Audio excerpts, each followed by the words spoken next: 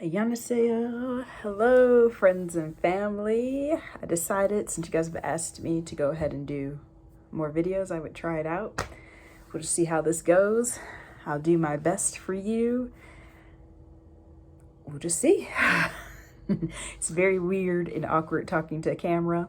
Guess I'll try it out. We'll just see. That's like my catchphrase this time here. We'll just see.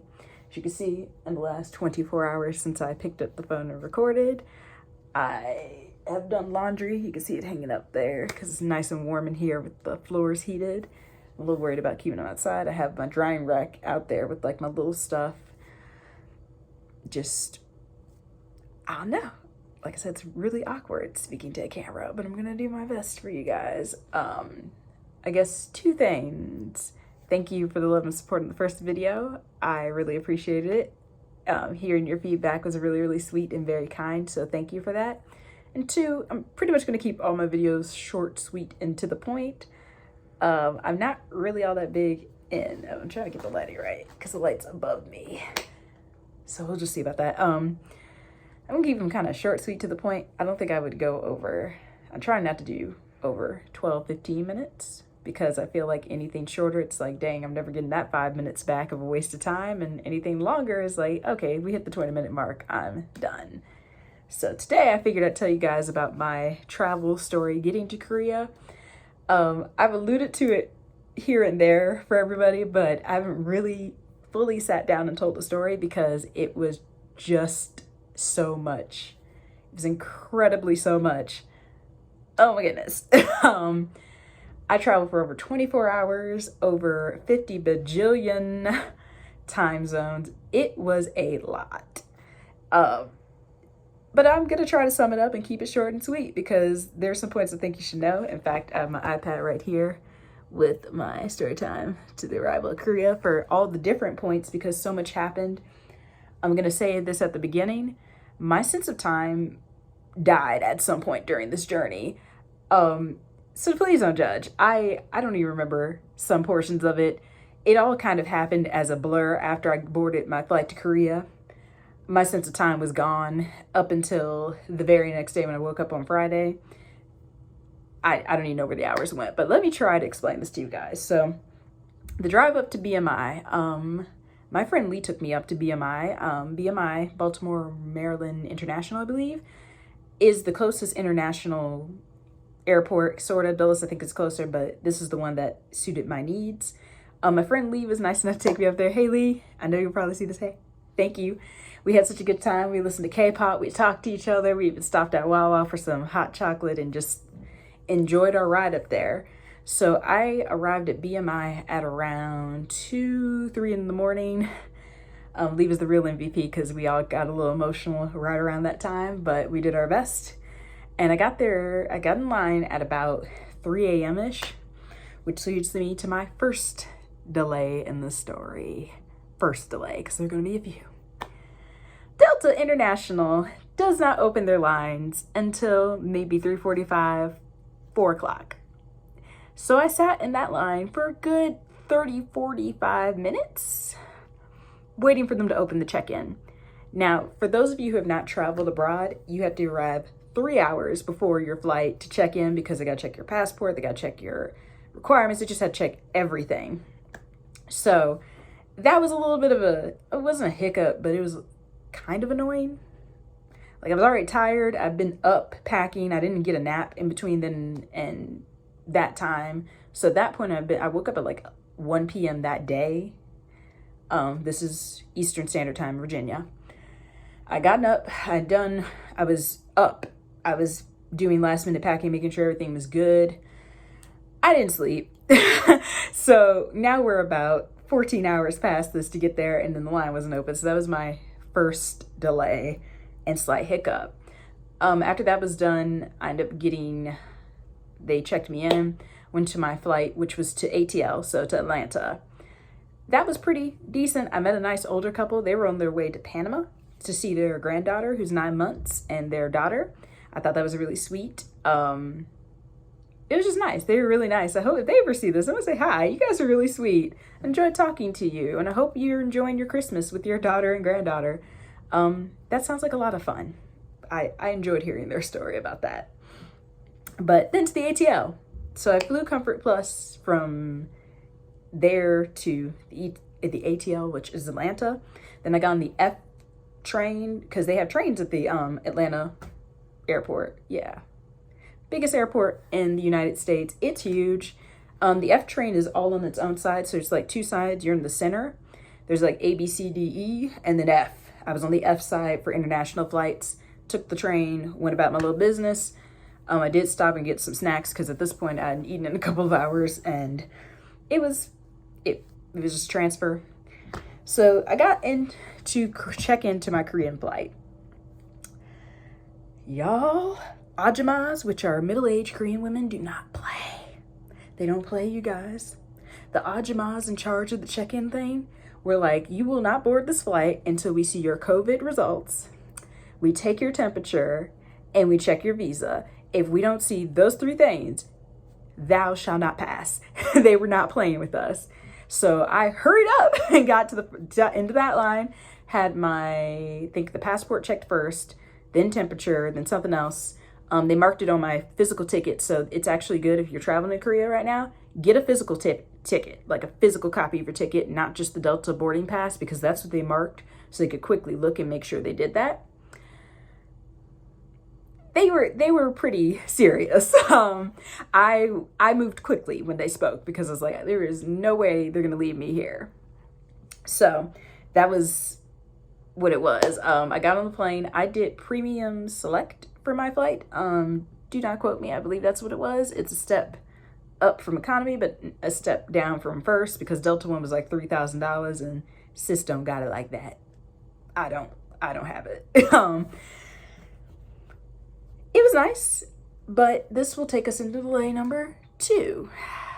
My second delay was my flight to Korea.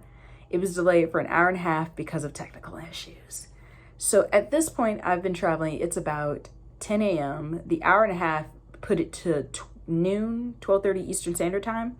We're just sitting on a plane. Apparently the aircon wasn't working in some section of it, and it was not looking great. So we were there for a good hour and a half on the plane just sitting.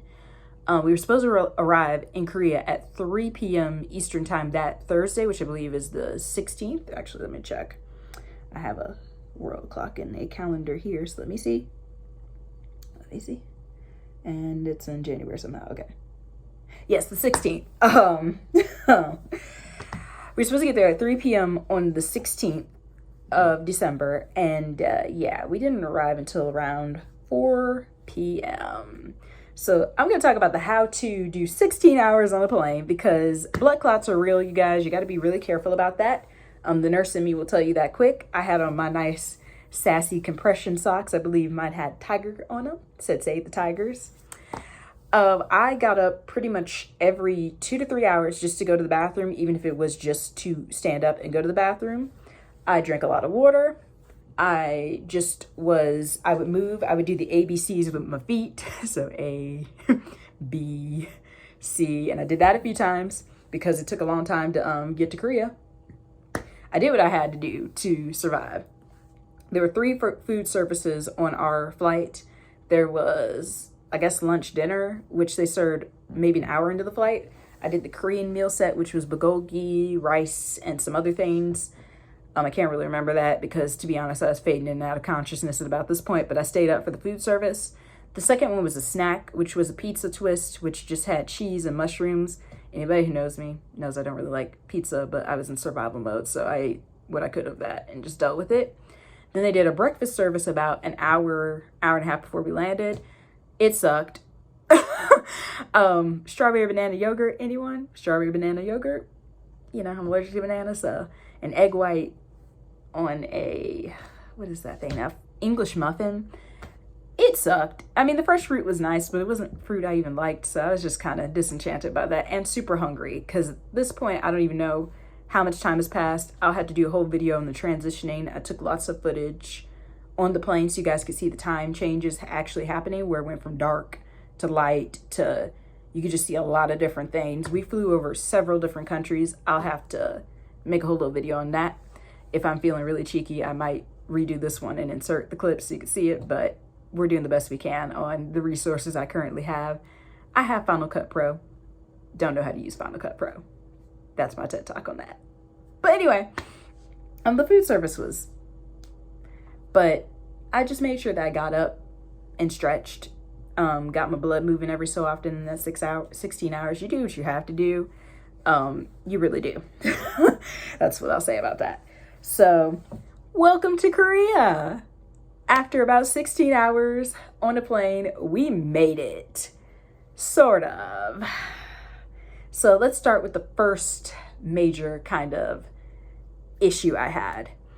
Got off the plane, went to check my phone chose violence. iPhones wake up and choose violence as it is, but my iPhone decided, who needs cellular service? I'm just gonna be a brick now. I'll show you the time, I'll do whatever, but you calling or texting or messaging or emailing is not happening. So that'll play into some of the stuff I'm gonna talk about a little bit later, but just know my phone stopped working as soon as I arrived, which was distressing to say the least. There were 6 checkpoints, I believe, 6 checkpoints coming to Korea. And yeah, it sounds like a lot, but they're taking COVID seriously here. So let me count them off. First was the health check, which you had to do a paper on the plane about like declaring your health and stuff. First thing is they check your temperature, they do the health declaration, they check to make sure you're good, stamp it, send you on this way. The second stop was them checking to make sure you're even supposed to be in Korea, because they have tightened up their borders. If you don't have a reason to be here, you don't have a visa, you'll be deported. Anybody who knows the reference to I'll get your butt deported. So they had to call my sponsor, which was the director of my school. Thank goodness she answered. There was a woman ahead of me that it took them like 10 or so tries while I was standing there to get her sponsor on the phone. I felt so bad for her. She's also an don't know African-American, but she's a black woman of some sort. I felt so bad for her because they will keep calling until somebody answers. They will not let you go past that point. So I was standing there with my really heavy backpack with all my electronics and my carry-on, which was equally as heavy, waiting while they called over and over for her. I felt so bad. But they did answer, thank goodness, and then she got to go on. My director answered immediately, thank you, Jesus. It was like a 2-second thing. I hoisted the backpack on my back and kept it rolling. That sent me to another line where they checked out, I can't even remember what form it was at this point. There were like 4 of them I had to carry with me to come through this at this point. So excuse me for not remembering. It was a little piece of paper where they checked and they were like, oh, good to go over here. Another long line. Now it's me and native Koreans in this line. So I forgot to say they separated us. Yeah, they put foreigners over here and they put the from Korea Koreans here. If you're Korean American, you were kind of in limbo with me, but it is what it is. They put us on the line and they did like the passport scan, facial recognition, because they use facial recognition to bring you in here. That was great because the computers were going down as I was weaving through the line. I watched them kind of send people back and forth trying to see whose computer would work.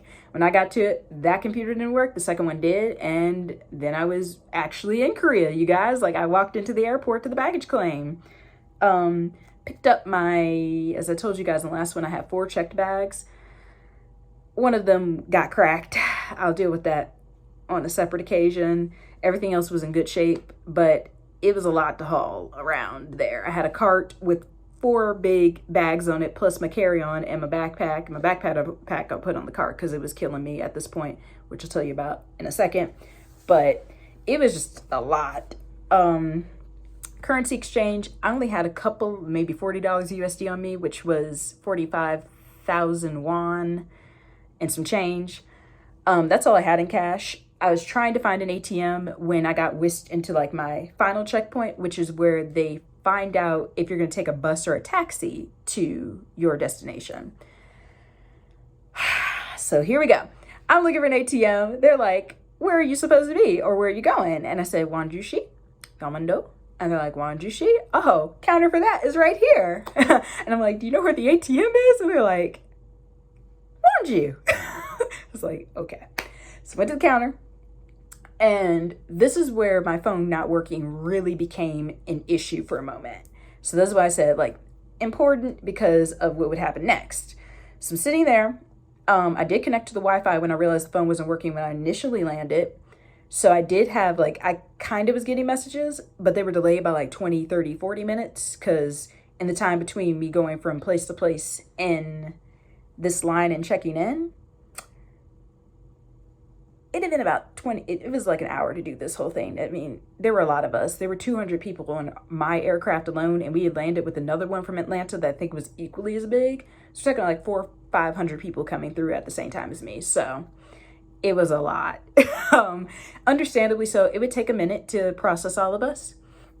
But I realized my phone wasn't working as soon as we arrived. So I put it on the Wi-Fi, but the delay was at least 20 to 30 minutes between me sending something, if it sent, and me getting a response. So my recruiter, the school director, my family and friends are all like, where are you?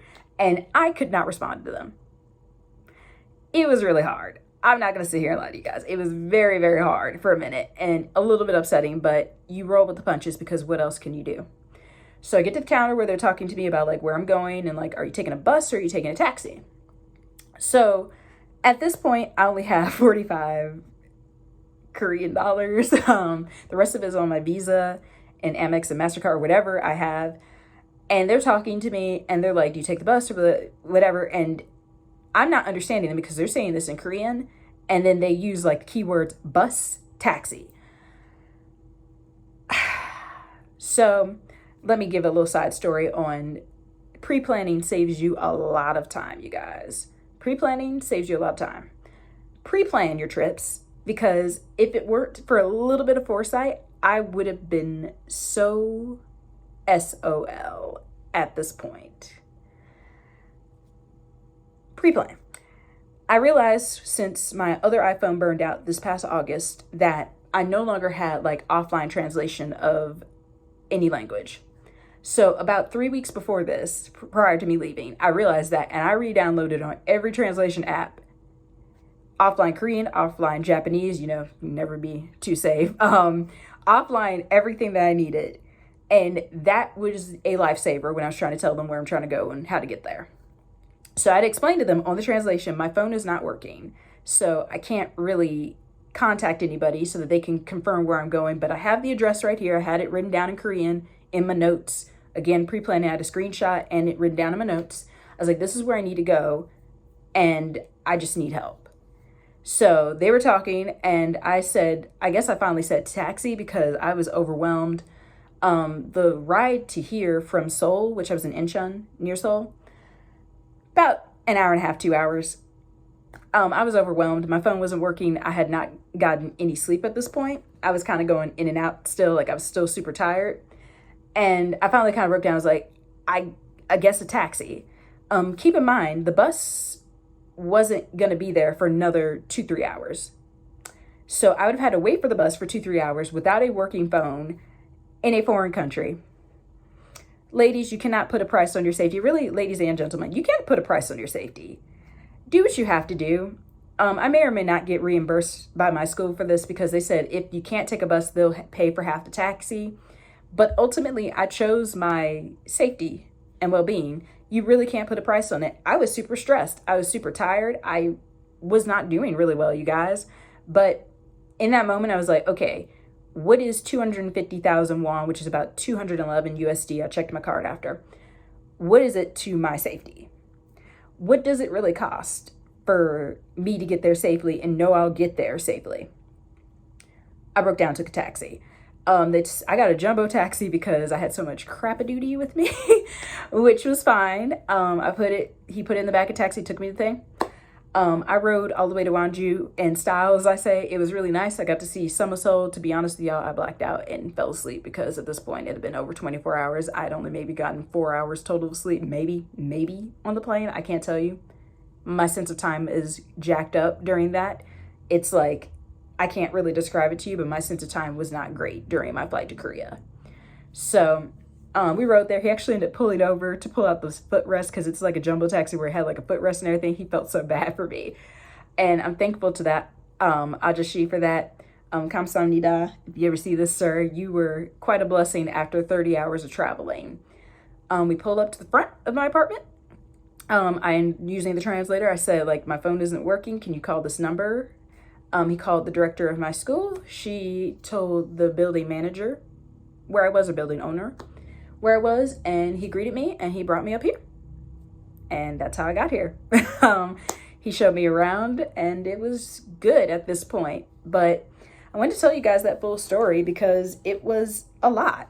It was a lot happened to me during that time period, but it is what you make it. And some overall consequences I decided to add this, even though it is kind of TMI, is the weight of my backpack with my clothes and sitting for that many hours. It actually almost rubbed my skin raw right here. Like, I had a nice patch about this big of skin that was rubbed rough, almost raw.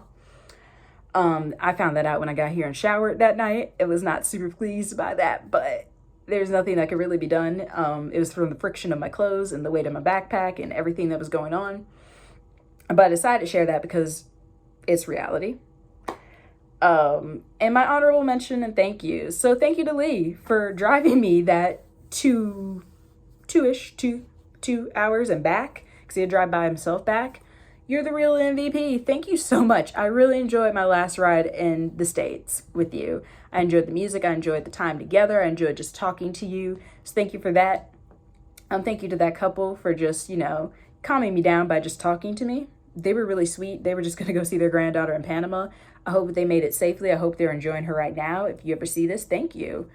Thank you to the people of the airport in Korea for helping me, because I was like a idiot abroad. I can't speak Korean very well, but the things that got me by were ne, yes, ande, no, 잠깐만요, 1 second, please, excuse me. And what was it? There was another one. 감사합니다. Thank you.